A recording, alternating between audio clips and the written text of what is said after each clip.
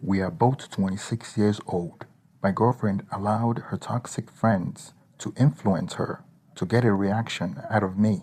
She and her friends are far from the first to take issue with the fact that I don't get as emotional as other people. And yeah, there are some attachments there from a lot of deep seated childhood trauma. I have been to therapy and counseling.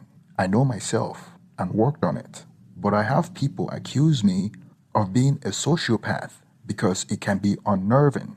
At work, my analytical, objective, fact based approach is a huge boon. But all the same, coworkers have called me a robot, a computer, a cyclone. This time she went too far and got the reaction she wanted when I caught her in bed with the guy that was supposed to be playing Santa Claus at the Christmas party. Let me preface this. We have a good relationship. I am sure we are each other's best friends. She is, for the most part, an amazing woman and partner. She light up every room she walks into and can make fast friends with anyone. She's great with children and is a caring person. If someone is at a party and is antisocial, she will step in to involve them in the activity or just spend quiet time with them to let them know they are seen or heard. She's very popular, has a lot of friends, and is on decent terms with healthy boundaries. With a few of her exes, she doesn't let friendships be forgotten. She still is close with her friends from childhood. She goes out of her way, even years into our relationship, to do romantic things to show how much she cares. Anytime I do something nice, she always acts surprised. It could be the sixth time getting flowers, jewelry, a love note that week, and her eyes will still light up. She will get gleeful, give hugs and kisses to show how much she appreciates it. We have a solid relationship. She truly is a supportive partner. One time I worked a late night. She drove to my workplace to pick me up with a snack, took me home, cuddled me to sleep, made me breakfast and coffee in bed before dropping me back off at work and heading to work herself. Even though I make more money and offer to pay, she insists on fair split of bills. When that's not practical, she will do budget for us to pick what's most practical. She is not immature. She does her own taxes, can change a tire on her car, plan and acts with intention and purpose, which pretty much everything, and has a good understanding of her thoughts and emotions. More than once when we have been together, she's done or said things that made me want to propose on the spot, only holding off because I wanted to make it as special as possible for her. She's a woman I saw myself spending the rest of my life with. With that preface complete, how the hell did I get to this point? That goes back to the start of our relationship. She has some childhood friends that I think are toxic as SHT. Their opinion means a lot to her. When we first started dating, two different friends of hers tried to seduce me in the SHT test. They pried into her about all details of me, my financial, our love life, and my effing penis size.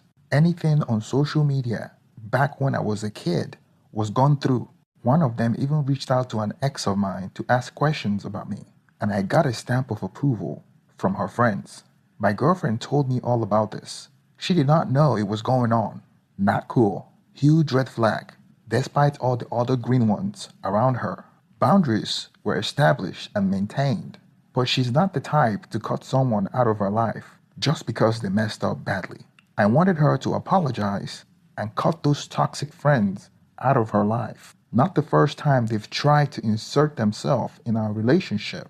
And even when they approve of me, their toxic bull just keeps finding new ways to seep in and create new insecurities in her. And she would need to do some real work on herself, fixing some of those mess up thoughts. But even with those boundaries, one got in her head. I don't get jealous. I know she's not the sort of person who would cheat all willy-nilly, and trusted her. Her being friendly is just being herself. She's not trying to flirt or lead people on. I don't really have a lot of jealousy in me, but because I'm not jealous or possessive, I must not be emotionally invested in the relationship. Those talks have not made much of an effect on what's happening. She started doing things to get me jealous. I wouldn't have known that she was texting other guys if she hadn't told me about it. At first, she would leave her phone open on the couch next to me and hide to see if I would check her phone. She would be texting and laughing out loud, hoping that I would ask her who she was texting or what she was laughing about. But I would just ignore her. Not that I don't care if she's texting other guys, but I have trust in her that she wouldn't cheat on me with other men. When she saw that she wasn't getting any reaction out of me, she decided to push the envelope further by chatting with her exes and exchanging flirtatious text messages. Once again, I didn't care to ask or check on her phone. She proactively told me about these things they were chatting about. This time, I told her that it was not appropriate to be texting and flirting with her exes. I told her that I know what she's trying to do, but I guess she didn't get the reaction she wanted out of me. She would make compliments or comments about other men in an increasingly sexual manner to try to get a rise out of me. She knows how that makes me feel. She didn't start this sort of BS until a while ago when one of her toxic friends asked her why I hadn't made her block her exes, guy friends, and the conversations, behaviors, and comments have escalated from there about why I don't get angry. Realistically, with work and social life, there isn't a lot of time for her to actually cheat. At this point in our relationship, we live in a one-bedroom, saving up for a down payment on a home. The area we're living in is expensive, and she wouldn't be able to afford her schooling while working part-time. So living with me shortened her commute time from school and work, and she's able to save money as well. D-Day was a Christmas party at a friend's place, close to her town, because we were going to spend Christmas at her family home. We all had our Christmas costume on, which is just a Santa hat. There was this friend that had a full-on Santa outfit with the white beard. He was getting all the attention. My girlfriend took particular interest in him. As soon as I turned my head, they were flirting and halfway intimate in a playful manner in front of everyone. It was fun for her, and everyone laughed along. For obvious reason, I found it uncomfortable that she would touch him like that in front of everyone. But in my usual non-reactive attitude, I didn't react to it, but it bothered me inside. We lost sight of each other as I went to play video game with the boys and left her in the kitchen with 3 other female friends and the guy in the Santa costume. While we were playing video game, everyone gathered around because we were loud and teasing each other as we play. I looked around and noticed that my girlfriend wasn't in the room. I didn't pay attention to it because I thought she may be using the restroom. Then it was another friend's turn to play, so I thought I'd get up to grab something from the refrigerator in the kitchen. When I got to the kitchen, nobody was there, as everyone was in the game room except for my girlfriend. I went searching for her. I checked the bathroom to see if she was there, but I didn't find anything there. So I went down the other side of the house to check if she's in one of the rooms. I opened the door to one of the rooms and was horrified by what I saw. I saw her on top of the guy in the Santa outfit. As soon as I opened the door, she jumped from on top of him, and I was just shocked. I didn't know how to react as I stood there gazing at them with a death stare.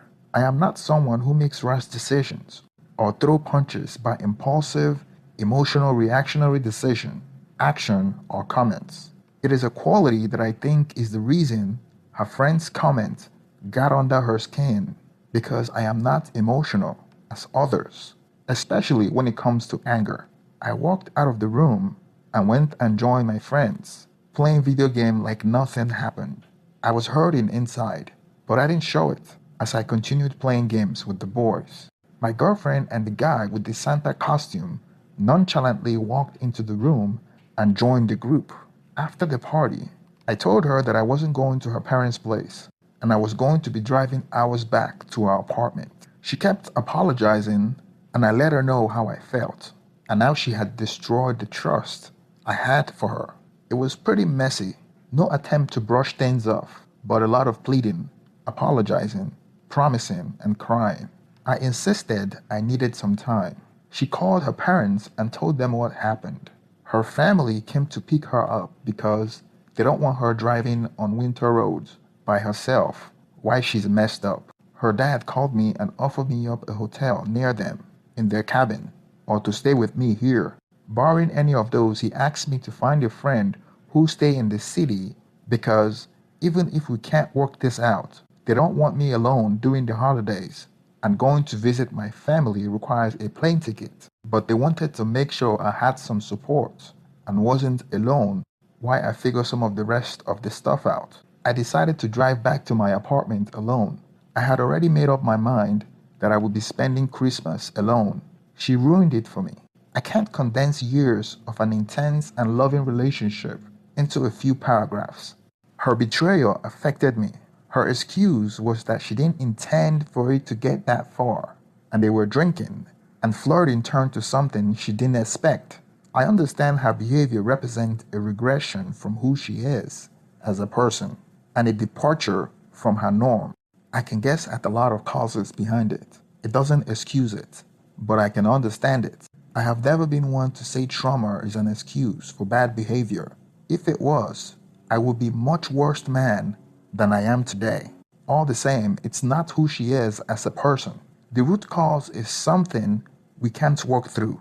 I was hurting and alone on Christmas when I wanted to be spending it with the woman I was planning on spending the rest of my life with. I spent Christmas reading my lease agreement and playing video games. It was the worst Christmas I have had yet. The following morning, my girlfriend called and was surprised that I drove back home and didn't stay with friends. She wanted to drive back, but I told her that I needed some time. I searched for another apartment and filled out an application, knowing that I would break my lease. On the 26th, my lease was approved. I hired a moving service on Craigslist and moved all my belongings in 5 hours and left the apartment we shared together. After moving out, I paid the penalty at the leasing office for breaking my lease. I knew she can't afford to live in the apartment alone. New Year's came, we were still in communication. She was under the impression that we were going to reconcile.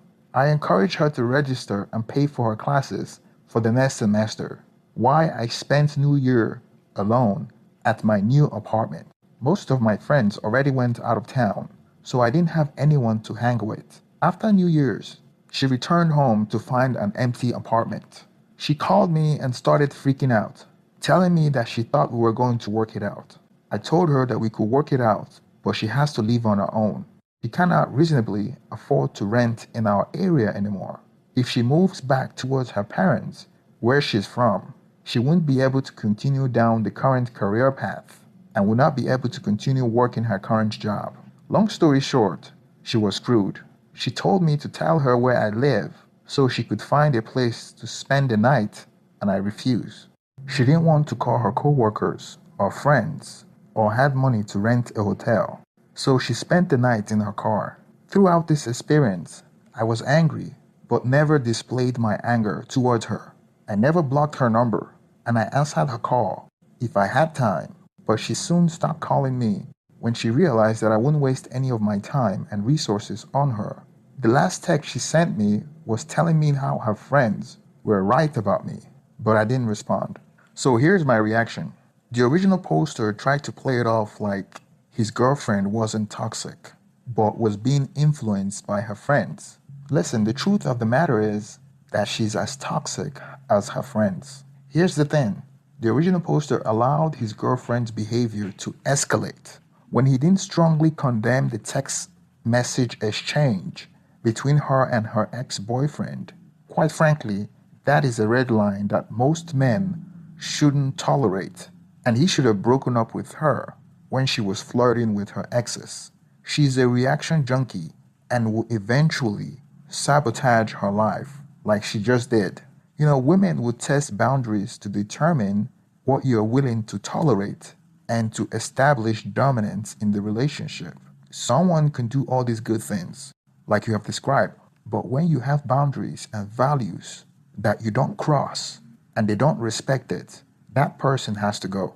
I can see you love her, but she's literally pushing you to someone that you're not, and you shouldn't have to prove your fidelity, your masculinity, to her or her friends. It's time for her to reflect on her actions and go back to her toxic friends for them to let her believe that they're right about you. Good thing is you broke up with her before she does something to hurt you physically or mentally, and you will take a long time to heal from this, and you deserve a woman that is mentally stable and won't let her toxic friends interfere in your relationship. Thank you very much, guys. Please don't forget to like and subscribe. Please hit that thumbs up so YouTube will continue to promote this video. Have a wonderful day. Hola, suscríbete a Historias Vitales para no perderte nuevas historias. Mi esposa había estado trabajando en su proyecto especial durante 4 meses ahora. No era su proyecto personal, pero ella era la persona principal y responsable de su éxito. El proyecto estaba diseñado para salvar a su empresa, Bixler Enterprises.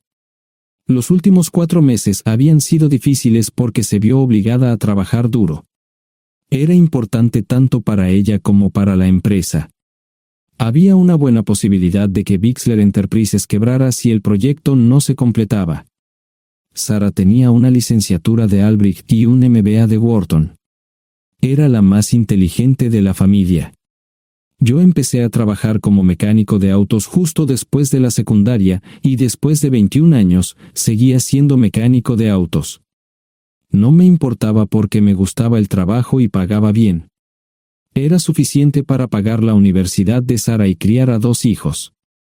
No vivíamos lujosamente, pero estábamos bien. Los niños ya se habían mudado, y las cosas iban bastante bien con nuestros ingresos. Sara quedó embarazada 3 meses después de casarnos a la edad de 18 años. Durante los primeros años de nuestro matrimonio, vivimos con mis padres. Ellos tenían una gran casa vacía ya que 4 de mis hermanos se habían mudado. Eso significaba que teníamos una niñera mientras Sara completaba sus primeros años de universidad. Debido a 2 embarazos, la carrera de 4 años le llevó 6 años completarla. Fue difícil, pero lo logró. Siempre tuve trabajo y nunca me faltó trabajo extra si lo necesitaba. Después de que Sara se graduó de Wharton, alquilamos nuestro propio lugar. Tuvo ofertas de trabajo de varias empresas grandes, pero todas requerían que nos mudáramos. A mí no me importaba, pero Sara quería quedarse cerca de casa. Por eso decidió trabajar en Bixler Enterprises. Pagaba bien, pero lo más importante, le daba responsabilidad y la oportunidad de avanzar. Sara era una empleada trabajadora y dedicada. La presentación es el jueves en el Hotel Thyssen en Filadelfia. Tomé unos días libres en el trabajo para ayudarla según fuera necesario. Al final, todo lo que logré fue hacerle algo de comer cuando llegaba a casa. No sabía nada sobre su trabajo, ni tampoco quería saber. Los negocios corporativos de alto nivel me aburrían. Empresarios de Europa, Asia y América del Sur venían aquí, la empresa pagaba sus boletos de avión y proporcionaba habitaciones en el Hotel Thyssen mientras estaban aquí. Era caro como el infierno, y por algunas cosas que Sara había dicho, la empresa estaba sobreestimando sus finanzas. Su presentación era importante para ella, para la empresa y para más de 200 empleados. Hasta el martes por la noche, todo iba bien. Sara llegó a casa con un traje nuevo, un traje gris con una blusa blanca. Desplegó todo lo que necesitaba en la cama de la habitación de invitados. Cuando se trataba de la limpieza de la casa, ella era normal, pero cuando se trataba del trabajo, era meticulosa. No entendía por qué necesitaba sacar su ropa interior de lujo, pero no dije nada. Además de su traje para la presentación, tenía varios vestidos de cóctel lindos para eventos sociales antes y después del evento. Siempre había evitado tales eventos, pero me sentía obligado a ir con ella si ella quería que lo hiciera. Me agradeció la oferta, pero dijo que no era necesario. Todos los materiales y equipos que necesitaba estaban guardados ordenadamente en el maletero de su Volvo. Antes de salir del trabajo, ella misma conducía el coche para asegurarse de que todo estuviera en perfectas condiciones. Tenía todo el día miércoles para prepararse y toda la Noche del miércoles para socializar con sus invitados. Sara era tan buena en lo que hacía que sentía que habría sido mejor si simplemente me hubiera mantenido alejado de ella. Finalmente, había terminado. Lo había revisado y vuelto a revisar todo. Todo lo que necesitaba ahora era una ducha caliente y una buena noche de sueño. Supongo que mi error fue que empecé a revisar sus cosas después de que Sara comenzara a ducharse. Pensé que estaba ayudando, pero resultó ser lo contrario. Estaba moviendo cosas en la cama cuando un pequeño sobre blanco cayó del bolsillo lateral de su bolso de maquillaje. Una carta de una farmacia, pero no del tipo que solemos usar. Dentro había 10 pastillas. No tenía idea de qué era, Pren, y las instrucciones eran confusas. Si es necesario, tomar una pastilla y luego una segunda pastilla 12 horas después. Pensé que podría ser algo que ella había conseguido para la ansiedad o los nervios, pero las instrucciones no tenían sentido. La receta estaba escrita a su nombre el lunes. Volví a poner el sobre en su lugar mientras ella terminaba de ducharse. Decidí que quería saber más sobre Pren antes de contarle sobre ello. Por supuesto, si lo mencionaba, significaría que estaba revisando sus cosas. Odio los dilemas. Mientras Sara se preparaba para dormir, fui a nuestro ordenador doméstico y busqué. 10 minutos después, me uní a mi esposa bajo las sábanas. Pasé toda la noche despierto, preguntándome por qué mi esposa había recogido una receta para la píldora del día después, especialmente después de que me hicieran una vasectomía hace 10 años. A la mañana siguiente, me levanté temprano, pero no estaba descansado. Di un largo paseo, esperando que despejara mi mente. Me dirigí hacia casa con reticencia, temiendo lo que podría hacer o decir cuando llegara allí. Mi hijo Joe se unió a la Marina después de la escuela secundaria y estaba en su primer año en San Diego. Nuestra hija Gloria se casó con su amor de la infancia el año pasado y acababa de mudarse a Dallas. Eso dejaba solo a Sara y a mí. Echaba de menos a los niños, pero esperaba envejecer con mi esposa. Ella era la única mujer que me había interesado, y ahora todo estaba. Si Sara estaba teniendo una aventura, lo ocultaba bien. Por supuesto, nunca la vigilé. Nunca miré sus correos electrónicos o llamadas telefónicas. No tenía razones para hacerlo. No tenía forma de saber qué estaba haciendo en el trabajo o después del trabajo. Confiaba en ella completamente. Ion, ¿dónde demonios has estado? ¿Quieres huevos o algo? No, solo café. No me sentía con muchas ganas de hablar. ¿Qué pasa, cariño? Solo son 3 días. Puedes venir si quieres, pero te aburrirás como una ostra. No, realmente no quiero ir, pero odio dejarte sola. Me preocupo cuando no estás aquí. Es muy dulce, querido, pero estará bien. No voy a salir del hotel en todo este tiempo. Pasaré la mayor parte del día asegurándome de que la sala de conferencias esté lista, y esta noche tendré una agradable charla con nuestros posibles clientes. Mañana, probablemente ni siquiera tendré la oportunidad de ir al baño. Llegaré a casa lo más temprano posible el viernes. Te prometo un gran fin de semana si sabes a lo que me refiero. Todo eso suena bien, pero no puedes culparme por preocuparme. Soy un mecánico de autos, y tengo una esposa hermosa y exitosa. A veces tengo la sensación de que estás menos interesada en mejorar nuestra situación familiar que en avanzar en tu carrera. Detente, maldita sea, Ion. Siempre he respetado lo que haces para ganarte la vida y nunca he insinuado lo contrario. Criaste a 2 grandes niños y me pusiste a través de la universidad. Eres un gran esposo, un gran padre y un buen proveedor, y nunca olvides eso. Terminé mi café mientras ella recogía la mesa. ¿Quieres que te llame? No, no es una buena idea.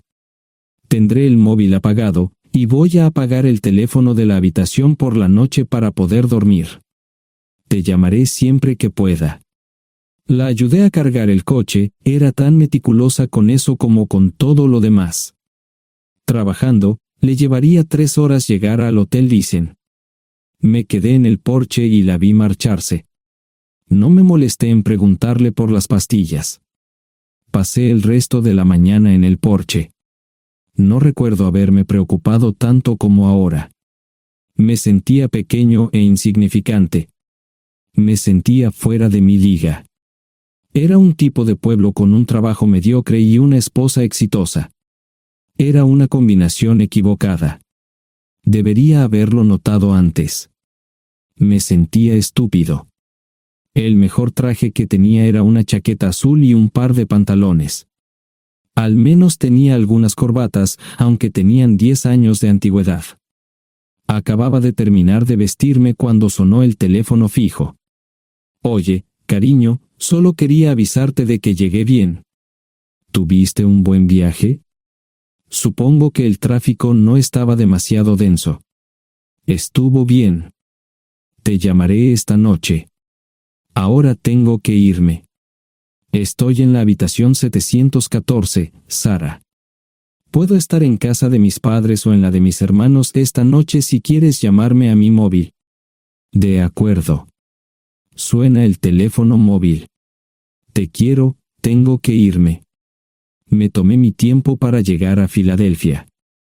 No fui directo al Lysen, primero me detuve y compré un filete con queso. Prometí hacer una larga noche. No estaba seguro de qué iba a hacer. Estacioné en el garaje del hotel y simplemente esperé. Tarde o temprano, tenía que entrar en el hotel. Simplemente no podía decidir cuándo hacerlo. El sonido de mi teléfono celular me ayudó a tomar mi decisión. Ion, solo quería avisarte de que todo se ha arreglado. Ahora voy a bajar para encontrarme con algunas personas y cenar. No olvidaste nada, ¿verdad? No, todo está bien. Tengo todo en mi habitación para mañana. ¿Necesitas algo? No, Ion, relájate. Voy a apagar mi teléfono. Te llamaré mañana por la mañana. ¿De acuerdo? Ríe, diviértete. No es divertido, Ion, es trabajo. No parecía estar demasiado fuera de lugar. El vestíbulo, el restaurante y las salas de conferencias estaban llenos de gente, así que pude pasar desapercibido. Había un folleto pequeño y bonito que mostraba el diseño de todas las habitaciones del hotel. Me paseé por las diferentes habitaciones y me detuve en las paredes, mirando alrededor entre la multitud.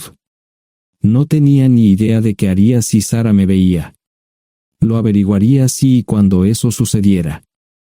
Encontré un tablero de eventos que enumeraba todas las habitaciones que estaban siendo utilizadas por los diversos grupos.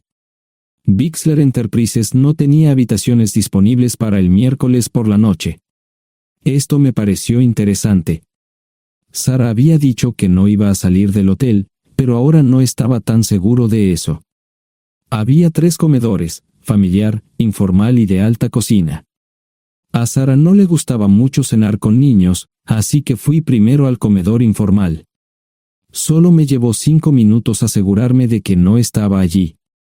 Tuve mejor suerte en el salón gourmet, era una acogedora mesita encajada en la esquina, el tipo de mesa que la gente reserva para tener un encuentro privado. Sara llevaba un vestido de cóctel negro con un escote pronunciado y perlas, se veía elegante y su acompañante parecía apreciarlo.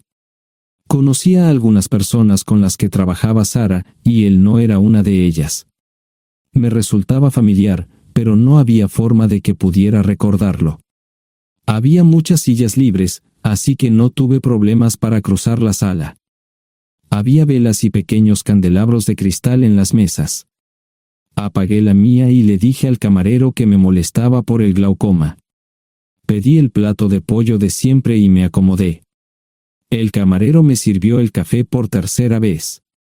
Disculpe, el tipo en la mesa de enfrente me parece muy familiar. ¿Sabes quién es? Sí, ese es Malcolm Eugene Foote. Es miembro del Consejo Municipal, se espera que se postule para el Congreso en los próximos años. ¿Es esa su esposa con él? Es muy bonita. No, esta es la primera vez que la veo. Siempre usa esa mesa para señoras especiales, si me entiende. Simplemente le sonreí y pedí la cuenta. Nunca había visto a Sara tan sensual con un hombre antes. Parecía captar cada palabra que decía, como si fuera Dios o algo así. No estaban haciendo nada inapropiado, pero tampoco era platónico ni profesional. Cuando me fui, estaban terminando su segunda botella de vino. Ahora entendía por qué se había llevado su lencería elegante. Me acomodé en una esquina del vestíbulo para que no me vieran. 10 minutos después, salieron del restaurante. Ella le tomaba la mano mientras caminaban por el vestíbulo hacia el ascensor. Observé cuidadosamente los indicadores de piso. Que el ascensor se detuviera en el tercer piso era una buena señal, significaba que no lo había llevado a su habitación. Era una mala señal cuando el ascensor no llegaba al séptimo piso, significaba que ella fue a su habitación. Por si acaso me equivocaba en algo, me senté en el vestíbulo y observé el ascensor durante 1 hora. La gente entraba y salía, pero Sara no estaba entre ellos. Saqué mi maleta vacía del coche y me dirigí al mostrador de recepción. Aunque podía demostrar que era su esposo, me costó trabajo conseguir una tarjeta llave. Se dieron después de llamar a la habitación, pero nadie respondió. Finalmente, estaba en camino a la habitación 714 con la tarjeta llave. Ni siquiera encendí las luces al principio, simplemente me senté en la oscuridad de la habitación durante más de 1 hora. No fue difícil asegurarme de que no regresara a la habitación. Primero, empacé todas sus ropas y pertenencias personales. No dejé nada atrás. Revisé el paquete de Preven, todavía quedaban 10 pastillas en el tocador. De manera muy ordenada, estaban todos los artículos que necesitaría para su presentación al día siguiente. Comencé a llenar la maleta. Había 24 carpetas promocionales especialmente encuadernadas y otras 20 carpetas regulares, todas ellas fueron a la maleta. Un proyector digital fue lo siguiente, seguido de una computadora portátil. Tomé su bolso y su celular, que había dejado en la habitación. Todo lo que tenía consigo era un bolso de mano y probablemente un tubo de lápiz labial. Di una vuelta por la habitación tan cuidadosamente como lo hizo ella para asegurarme de no perder nada. Una vez satisfecho, dejé las llaves del coche y mi anillo de bodas en el tocador. Aparte de esos 2 objetos, la habitación estaba completamente vacía. El ascensor se dirigió directamente al estacionamiento, no tuve problemas para llevar 2 maletas, y 20 minutos después, estaba en la autopista rumbo al norte. Pasaban las 3 de la madrugada, no tenía idea de que había pasado tanto tiempo. 1 hora o 2 después, sonó mi teléfono celular, la identificación de llamadas mostraba el número del Listen. ¿Ion? Sí, ¿dónde estás? Estaré en casa pronto. Eso fue todo lo que dije. Hubo silencio en el otro extremo de la línea. Los vendedores tienen un viejo dicho, el primero que habla pierde. Pareció una eternidad antes de que ella hablara. Ion, lo siento. No preguntó nada y simplemente colgó. Apagué mi teléfono, era obvio que había regresado a su habitación. Más tarde ese día, tenía que dar una presentación que salvaría a su empresa y le daría un ascenso. Metí las maletas en el desván del garaje. Sara nunca iba allí y nunca pensó en buscar algo allí. Por supuesto, en este punto, estoy bastante seguro de que no importaba. Primero, recogí todas mis ropas y pertenencias personales. La mayoría de los hombres tienen sus propias herramientas, generalmente es un requisito para el trabajo. Pasé por la tienda, cargué las mías en el Subaru y recogí mi último cheque de pago. Para entonces, los bancos ya estaban abiertos, no tuve que hacer ninguna manipulación financiera complicada. Simplemente retiré todo el dinero de mis cuentas. Almorcé en Hagerstown, Maryland. Tenía suficiente dinero para vivir durante unos años, pero sabía que estaría buscando trabajo muy pronto. Sara y yo éramos parecidos en eso de que a ambos nos encantaba trabajar. La voy a extrañar. Pasé un par de horas en las cuevas del Luray y alquilé una habitación cerca de Whitewell. No tenía idea de qué iba a hacer. Era sábado, y me encontré sentado en el acuario de Chattanooga, observando la naturaleza que nunca había visto antes. Pasé unas horas simplemente relajándome y decidí que era un buen lugar para estar. Compré un pase anual para el acuario y, para la hora de la cena, tenía un lugar donde quedarme.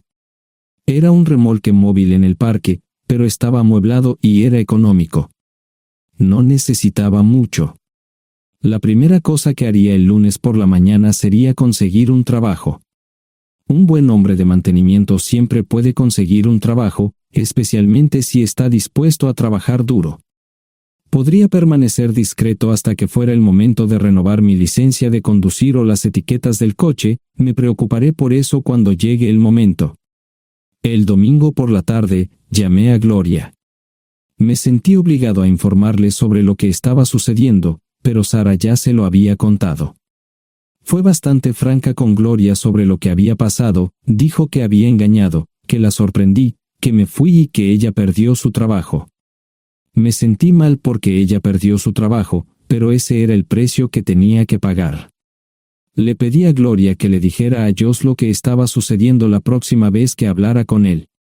También le dije que la llamaría aproximadamente una vez al mes para verificar cómo iban las cosas. No le dije dónde estaba. Para el mediodía del día siguiente, tenía un trabajo.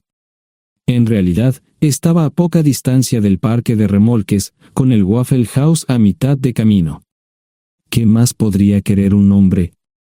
No sé cómo manejaron el papeleo, pero me estaban pagando $20 por hora sin hacer preguntas. Estaba feliz, y ellos también. Ni siquiera tendría que tocar el dinero que traje conmigo. Unos 2 meses después, Gloria me informó que Sara se había mudado de la casa y estaba viviendo con sus padres. Gloria no sabía nada más, pero estaba feliz de que estuviera estable y le estuviera yendo bien. Josh me llamó desde San Diego solo para informarme que iba a hacer un crucero. Era técnico en aviónica en un portaaviones, intentó explicar qué hacía exactamente, pero estaba más allá de mi comprensión. Nunca supe mucho sobre cosas técnicas. Ambos tuvieron cuidado de no decir nada malo sobre su madre, aprecié eso. Después de eso, todo siguió como siempre. Comencé a hablar con Gloria al menos semanalmente, Josh y yo comenzamos a enviar correos electrónicos regularmente. Gloria hablaba regularmente con Sara, pero decía muy poco sobre lo que estaba haciendo o dónde estaba. Nunca presenté la solicitud de divorcio, y parece que Sara tampoco lo hizo. Tengo una licencia de conducir de Tennessee y las etiquetas en el Subaru. Comencé a frecuentar un bar local un par de veces al mes y tuve encuentros casuales, 2 mujeres se alternaban como mis compañeras nocturnas regulares. No buscaban compromisos, y yo tampoco, parecía funcionar bien para todos nosotros. La vida era buena. Eso fue hace mucho tiempo, y gradualmente olvidé a Sara. Con el tiempo, el Subaru comenzó a darme problemas, había olvidado cuánto tiempo había pasado. Tenía más de 200,000 millas. Estaba reflexionando sobre esto con una jarra de cerveza un día cuando me di cuenta de que habían pasado casi 5 años desde que me fui de casa. Mantuve un contacto cercano con ambos hijos, Gloria ya tenía 2 hijos propios en este momento y quería que los visitara. Josh casi se casó con una mujer tailandesa, pero en el último momento, se negó. Por lo general, trabajaba 6 días a la semana y usaba el domingo para recuperarme del sábado por la noche, no había ninguna buena razón para que alguien llamara a la puerta de mi remolque a las 6 de la mañana de un viernes. Su grosería fue recompensada por un hombre medio desnudo abriendo la puerta, los calzoncillos del día son repugnantes, y la dama en la puerta, juzgando por la expresión en su rostro, estuvo de acuerdo conmigo. Ella apartó la mirada, pero su compañero no parecía impresionado. Norm habría usado pantalones, pero en un momento como este, los invitados me molestaron. Estamos buscando a John Terrell. No los conozco. Me llamo David Simmons, y esta es mi esposa Mara. Tenemos un problema y esperamos que nos puedas ayudar. Lo siento mucho, no trabajo a altas horas de la noche. Si necesitan algo relacionado con su auto, tendrán que ir a la tienda. Esto provocó varias miradas en blanco y finalmente una respuesta. No tiene nada que ver con tu trabajo, es más un problema personal. ¿Podemos entrar? El interior del remolque lucía desordenado, rara vez tenía invitados, así que rara vez lo limpiaba. Incluso mis novias insistían en que fuéramos a su lugar. Hagan como en su casa, déjenme ponerme los pantalones enseguida. Al entrar en el dormitorio, dejé la puerta abierta solo para mostrarles lo hospitalario que soy. También me puse una camisa. ¿Les gustaría tomar café? Solo tomará unos 10 minutos. Aparté algunas cosas del sofá para que pudieran sentarse, no hubo respuesta a la pregunta del café. Tenemos una hija adoptiva de 4 años y otra de 2 que necesita un trasplante de médula ósea, y esperamos que nos puedas ayudar. Estamos dispuestos a pagarte si es necesario. ¿Con mi médula ósea? No, queremos usarla y estamos dispuestos a compensarte por cualquier inconveniente. Creo que quieren comprarla. Estaba actuando como un listillo, y de repente me di cuenta de ello. Estas personas eran serias, tenían un problema real y estaban buscando ayuda. Lo siento mucho, no quise interrumpir. Por favor, continúen. Nuestra mejor oportunidad de encontrar un donante es un familiar cercano. Eres nuestra mejor esperanza. Mira esto. No quiero ser un grosero, pero creo que se equivocaron de persona. ¿Cuándo nació su hija?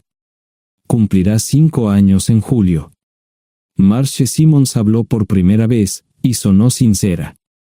Odio ser el portador de malas noticias, pero me hice una vasectomía hace 15 años. No hay forma de que pueda ser su padre. ¿Por qué tu nombre estaba en el certificado de nacimiento? No puedo responder eso, tal vez deberían preguntarle a su madre. Esa afirmación fue recibida con silencio. Sentí pena por estas personas, pero no sabía cómo ayudarles. ¿Cuál es el nombre de la madre? Sarah Lise Terrell. No encontraba las palabras. Tal vez no debería haber tomado esas malditas pastillas de ella, por supuesto, entonces esas personas no tendrían una hija en absoluto. Todo lo que pensaba que había superado el dolor, y aquí está de nuevo, viejos recuerdos de mi esposa teniendo relaciones sexuales con ese maldito político de Filadelfia. Estaba empezando a olvidarlo todo, y ahora estaba de vuelta. Maldita sea.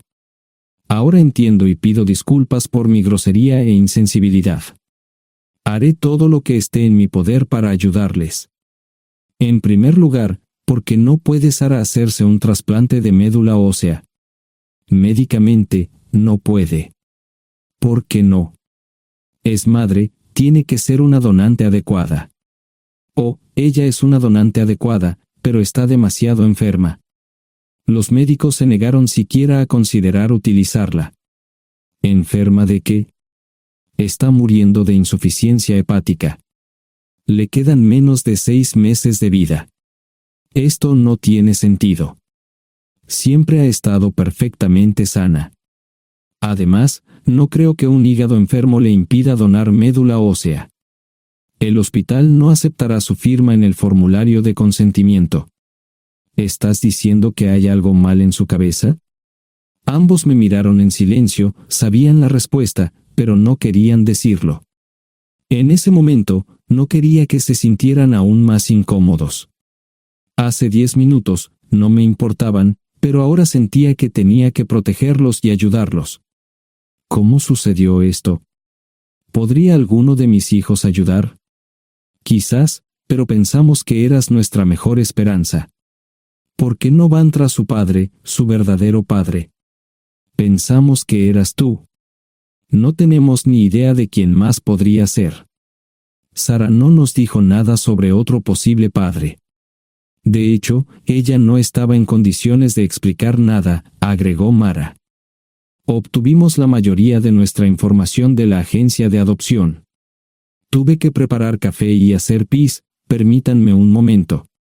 Dejé a mis invitados sentados mientras preparaba el café. Solo tomó unos minutos. Mientras se preparaba, fui al baño, algo que necesitaba hacer urgentemente. Traté de ser discreto, ya había avergonzado lo suficiente a Mara. ¿Dónde viven? En Westchester, Pensilvania. Les haré una oferta. Si les digo quién es el verdadero padre de su hija, deben prometerme que lo perseguirán sin descanso hasta obtener lo que desean. ¿De qué estás hablando? El padre de su hija es un político prominente en Pensilvania. Por supuesto, negará todo y probablemente les proporcionará documentos legales para detener sus esfuerzos. Si acuerdan presionar lo suficiente para que él admita que la niña es suya, podrán avergonzarlo y obligarlo a hacerse un trasplante de médula ósea. Eso es lo que quieren, ¿verdad? Sí, claro, pero ¿cómo hacemos eso? No lo sé. Soy mecánico. Trabajo con metal para ganarme la vida. Creo que la mejor manera sería utilizar la televisión, la radio y los periódicos. Los políticos harán cualquier cosa para evitar una mala publicidad. ¿Tienen amigos que puedan ayudar? Bueno, ahora ambos estaban sonriendo. Debo haber dicho algo que les dio esperanza. Creo que podemos hacer esto.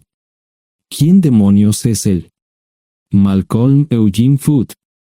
Se postula para el Senado de los Estados Unidos. Apuesto a que hará cualquier cosa para evitar una mala publicidad. El café estaba listo, pero David y Marchen no podían esperar para llegar a casa. Antes de irse, les dije cómo ponerse en contacto con Gloria y Joss en caso de que los necesitaran. Estaba seguro de que ayudarían. También les pedí que me dijeran dónde estaba Sarah. Probablemente estaría en Pensacola antes de que ellos regresaran a Westchester. Me corté el pelo y compré una camisa nueva. Sarah era una tramposa que arruinó mi vida, pero aún así quería lucir bien cuando la viera. Era otro remolque, pero esta vez era un bonito doble nuevo. Allí estaba su Volvo con una llanta desinflada y un parabrisas roto. La mujer que abrió la puerta no era Sarah, parecía que la habían empapado fuerte y la habían dejado empapada. Tenía al menos 45, tal vez 50, y debió haber tenido una vida difícil. La falta de maquillaje no ayudaba, y simplemente se veía horrible. No tuve la oportunidad de abrir la boca. Caray, si no es John Terrell. Nunca esperé verte aquí.